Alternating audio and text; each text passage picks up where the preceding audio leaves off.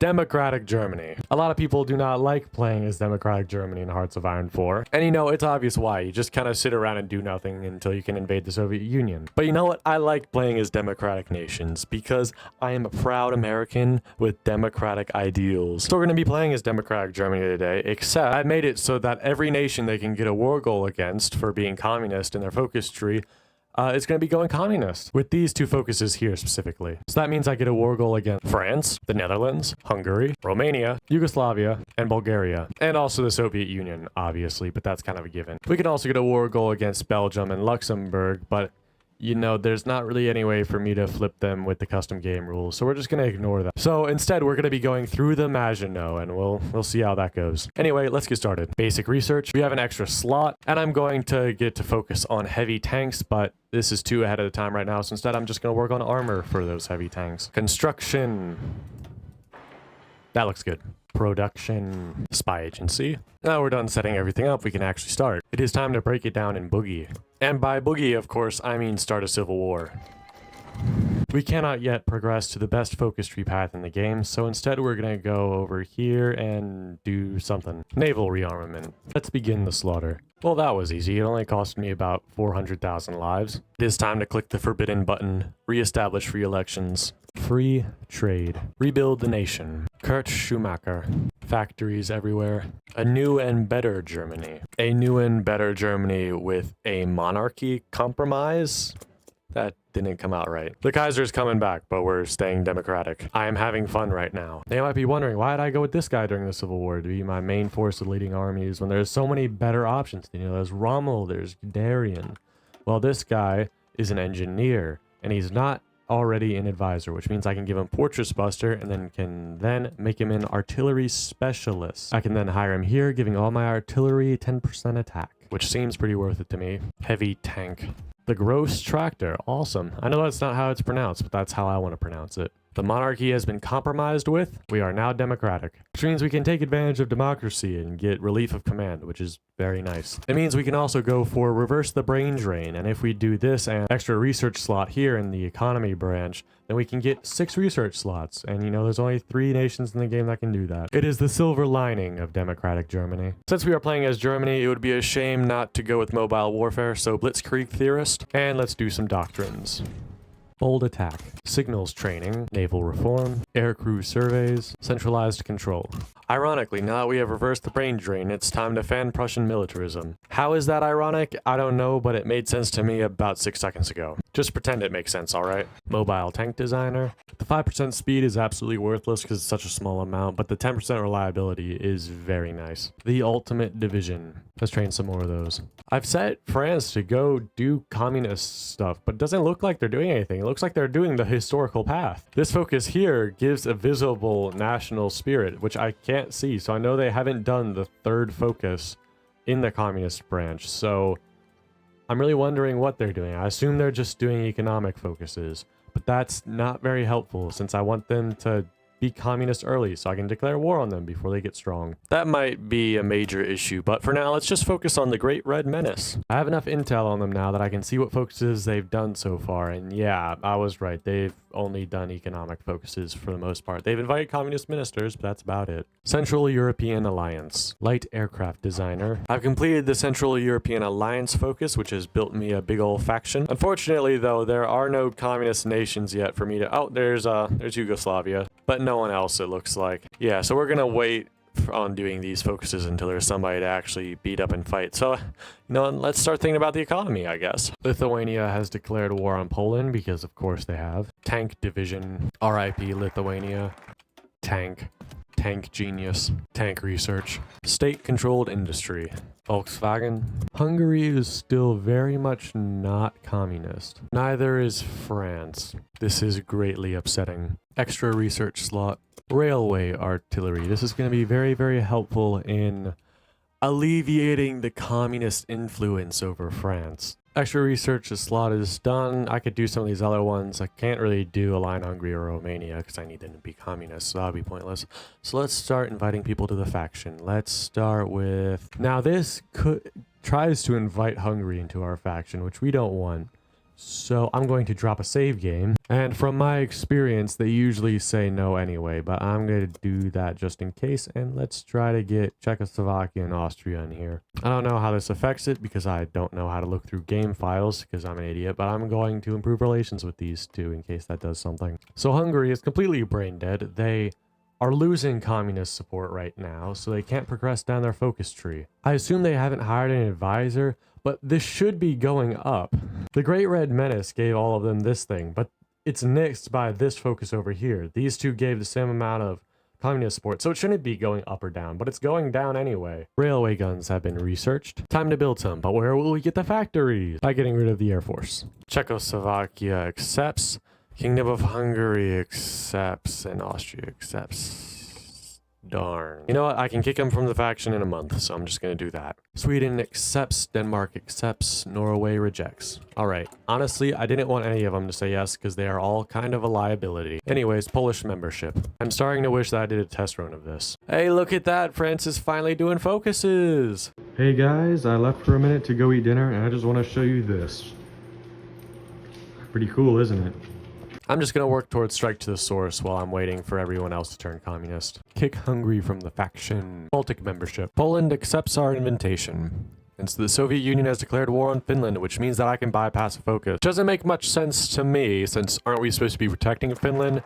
But you know what, that's how the game works, and I'm not going to do anything about it. It looks like they literally have 0% communism support right now. Bulgaria is struggling a lot as well. I might need to do something about that later. As is France. You know, I might need to cheat with this later, but you know what, we'll see when it happens. Hopefully me doing a long, drawn-out conflict with the Soviet Union will give them enough time to devolve into Hungary misery, and Poland has been declared on. I really wish they hadn't done that. I wasn't entirely ready yet. I was still waiting for more troops to be produced, but you know what?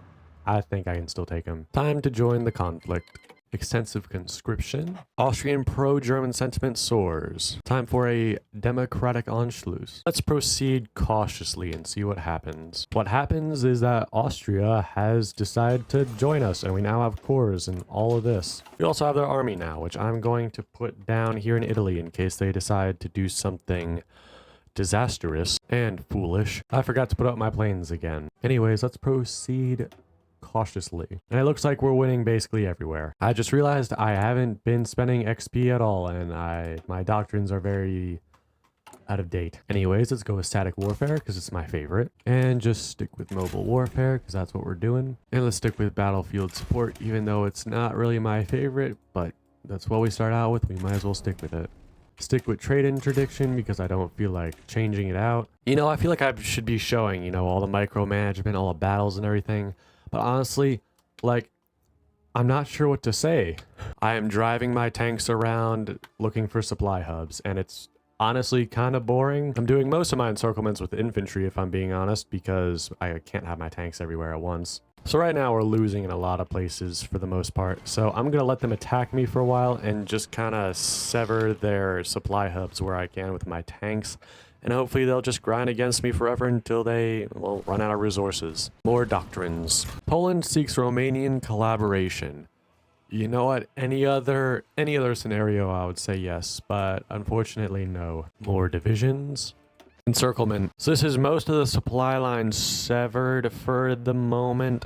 They're not really attacking me, so I think I'm just gonna go for it. This appears to have been the right idea. These heavy tanks are so fast. A lot of the troops are not moving, so I need to switch it to balanced. You know, I really like using cautious or carefully execute battle plans, whatever this is. But honestly, when you use it, like, the troops just don't move. They stay behind the front line, and that is really annoying. Modern blitzkrieg. Vlasov captured. This gives me 3 units, and this gives me nothing. I'm gonna go with the free stuff. These are decent divisions, too.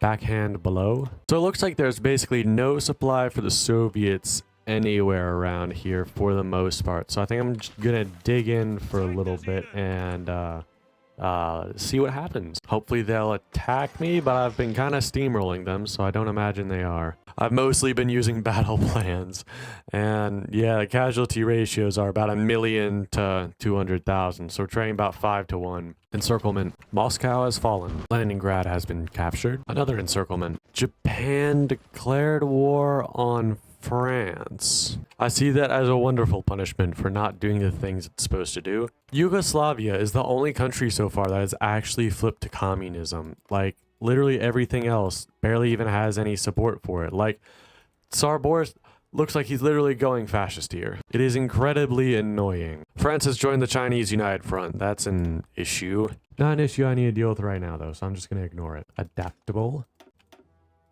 I've reached the Urals and they're still not dead. There we go. That took long enough. This is truly a work of art. We now have a big bad ally to the east. But more importantly, we have a chunky Czechoslovakia. So unfortunately, due to the constraints of the AI not really working as intended, it does look like I'm gonna have to use console commands to flip these guys to communism. I know, I really shouldn't, but I mean, it's not doing it on its own, so I have to. So I've gone through and I've flipped the Netherlands, France, Romania, Hungary, and Bulgaria all to communism. Now it's time to bend them over and stick a finger in their ass. So because all the countries that this would invite to my faction are all communists, this focus, this 70-day focus, quite literally does absolutely nothing. My favorite kind of focus. Now we can do the focus this whole video is about, or one of them anyway. No bulking communism. We're going to be able to declare war on, well, all the people that I already mentioned. It appears we will need to deal with them a lot sooner than expected. It appears that all of my railway guns have been destroyed somehow, and that is super unfortunate because my whole strategy kind of relied on those things. I guess we'll have to build more. It appears Yugoslavia is also getting guaranteed by the Russian Federation. However, they are a part of my faction, which means they can't do shit fuck about it. At last, it is time for conquest. We will now declare war on everyone. Declare war on Yugoslavia. Declare war on Hungary. Declare war on Romania. And declare war on Bulgaria. Looks like they have all joined up in a little faction they've created with the Netherlands. And the Netherlands is probably going to be at war with me in the next minute. Big Field Marshal frontline order, big, I don't know, attack. Yugoslavia is guaranteed by the French Commune. The French should be called in any minute now. The French did not agree to the call to arms, so I'm not going to be fighting them yet. History repeating itself. We are absolutely incinerating them right now. Hungary is dead and they were the only major power, so all the other ones gave up. That was honestly completely unexpected. But you know what? That is not unwelcome. I've given all the land to Thailand. I did manage to get this island though, which has a lot of oil in it, so that's pretty cool. And also Japan took the Netherlands. Anyways, it's time for the last member of our hit list. We will get the Low Countries membership, then we'll do no Reds in Western Europe. We'll defeat the French and do it by going through the Maginot line. I know I'm going to get Belgium into my faction, but I want to see if I can do it. We have our railway guns, now we just need to wait for the focus. My allies have been good friends, so I've given them a lot of very excellent free infrastructure. I'm going to switch off of static warfare, I know, tragic, to maneuver warfare because it gives +5 coordination, which is useful in knocking out divisions quickly. It's difficult to explain without showing you visually, so I'll wait until there's a battle to show you. I have my war goal. I don't see any guarantees. Nope, doesn't look like it. Time to kill them. They've even left these 2 tiles here undefended, but you know what? Let them funnel some troops in here real quick. I'm going to declare war now though, because if I don't, then I risk them getting guaranteed by the United Kingdom. So I'll simply declare war and not invade yet. So unfortunately, it looks like Belgium has joined on its own, so we're gonna have to deal with that. So I've tried to stack as many boosts to fort attack as I physically can. So the railway guns are very helpful in this. You see, it gives 25 bombardment, which is great. It lowers their overall defense, if I remember right. It reduces their fort effectiveness and their entrenchment effectiveness, and +12 enemy suppression. I don't even know what that means, but it's probably useful. But both those things are going to be very useful in attacking, you know, level 10 forts. I've also done elevated engineering cores for the Spirit of the Army, which gives +20% railway gun bombardment. Also, I'm going to take this general here. He's an engineer and a fortress buster. Remember, I gave that to him earlier, which means he has access to this siege artillery, which gives more fort damage from combat, so they're likely to get broken.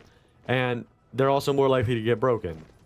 So it says that twice. So I assume it does it twice as much. +20% attack into the fort, which, you know, Can't complain about that either. Also, the engineer trait itself and the fortress buster trait itself both give a boost attacking into forts. I also have 2 spies in the country, which currently are reducing the entrenchment. There's tooltip, reducing the max entrenchment by 5. Also, my field marshal for my tanks, Mr. von Manstein, also has fortress buster, so I can give them that too. And also, I've been using heavy tanks this whole time. You may have noticed, instead of medium tanks are generally better, but heavy tanks, as you can see on the tooltip, hold on, it says fort plus 10% attack. But anyways, the Maginot has people on it, so now we can start blowing it up. It was all part of the strategy all along. So let's see if we can actually break it. Oh my god. Oh my god, it is... I went right through it! Like it wasn't even there. Oh my gosh. Awesome. Well, let's just let the battle plan go, I guess. They'll be dead soon. Dude, it's literally telling me, okay, it's telling me I've lost 1.2k to France, and they have lost 300k to me. That has to be a glitch, right? That cannot be true, right? That doesn't make any sense. I actually didn't get a chance to explain coordination. So right here in this fight, actually this is a bad example. So right here in this fight, that is also a bad example actually. Okay, so let's take this battle and just assume that there's more than one division on this side. So what coordination does is basically it's a chance that every time when these things attack the other division, it's going to attack this one on the top. So in other words, you can knock out the top one quicker. It's not a significant stat to focus on, but it is worthwhile. And France is gone. And as we can see from the ideology map mode here, we have eradicated communism from Europe. I consider this a win. Goodbye.